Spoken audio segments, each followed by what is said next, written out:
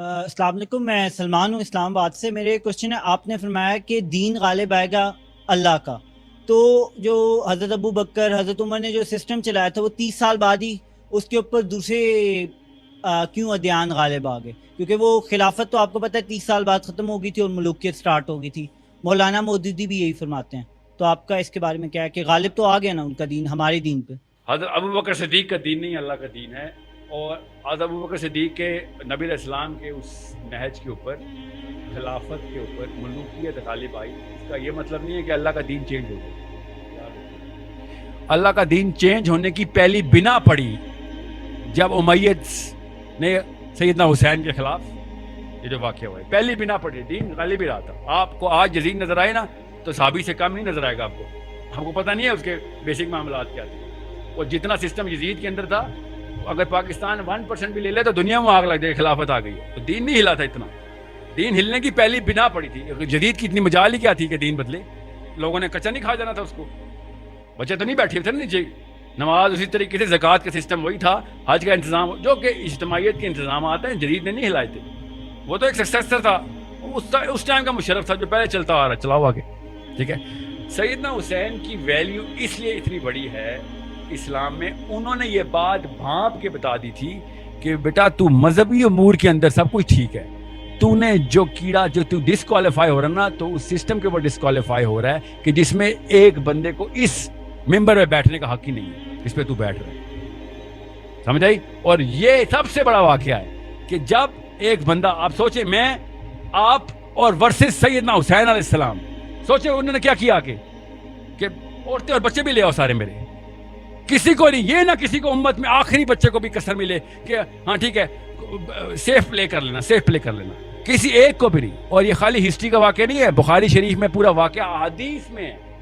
عبداللہ بن عباس کا وہ خواب دیکھیں جو بخاری میں ہے، نبی علیہ السلام نے خواب میں بتایا، خون کی شیشی پکڑ کے آئے نبی علیہ السلام، جس ٹائم حسین علیہ السلام شہید ہو رہے ہیں، نبی علیہ السلام عبداللہ بن عباس کے خواب میں بتا رہے ہیں۔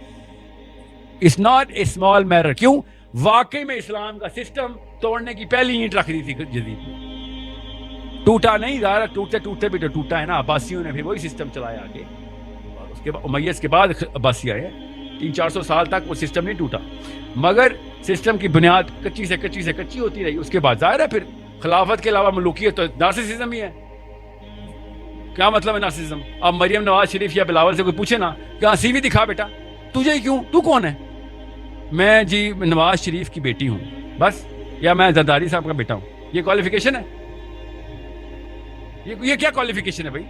یہ تو بلکہ ڈسکوالیفیکیشن ہے، کیونکہ اسلام جو ہے یہ واحد دین ہے جو کہتا ہے، دین کہ جو بندہ چاہتا ہے نا خلافت، وہ ڈسکوالیفائی اس کو نہیں ملے گی، سمجھ رہے؟ ورنہ سیدنا حسین نے نعرہ بھی لگا دینا تھا، مگر ان کو پتا تھا کہ جو چاہتا ہے اس کو نہیں ملے، تو نہیں بنے گا، جس مرضی کو بناؤ تو ڈسکوالیفائڈ ہے۔ This is a problem that you better understand.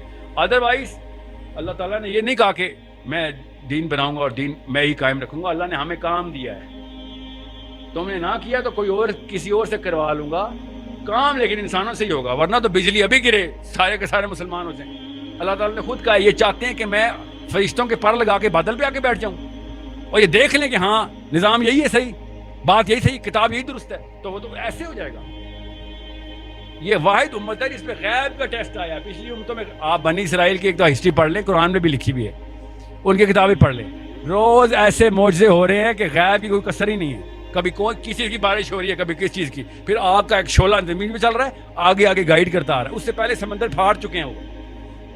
آج میں اور آپ سمندر پھاڑتا ہوا دیکھیں، اس کے بعد کوئی نماز چھوڑیں گے؟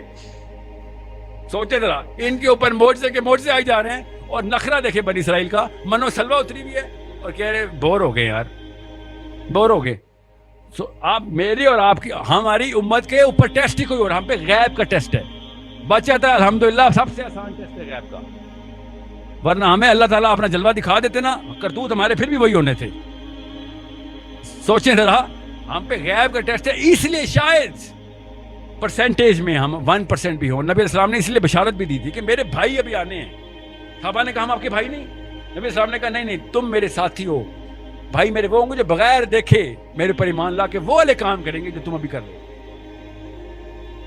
ہمارے بارے میں بات تھی نا وہ جارج نہیں تھا ان کا جو chief of Donald Rumsfeld Europe کا، جب خالد بن ولید کے پاس آیا تو خالد بن ولید سے کہتا ہے کہ اس وقت خالد بن ولید سپر وائرل تھے نا، تو کہتا ہے کہ میں نے وہ خالی تلوار دیکھنی تھی جو تمہارے نبی نے آسمان سے منگوائی ہے، جو ٹوٹتی نہیں ہے۔ خالد بن ولید ہارتے ہی نہیں تھے، تو خبر یہ پھیلی ہوئی تھی، وائرل ہوئی تھی یوٹیوب پہ اس وقت کہ اس کے پاس کوئی خاص تلوار ہے۔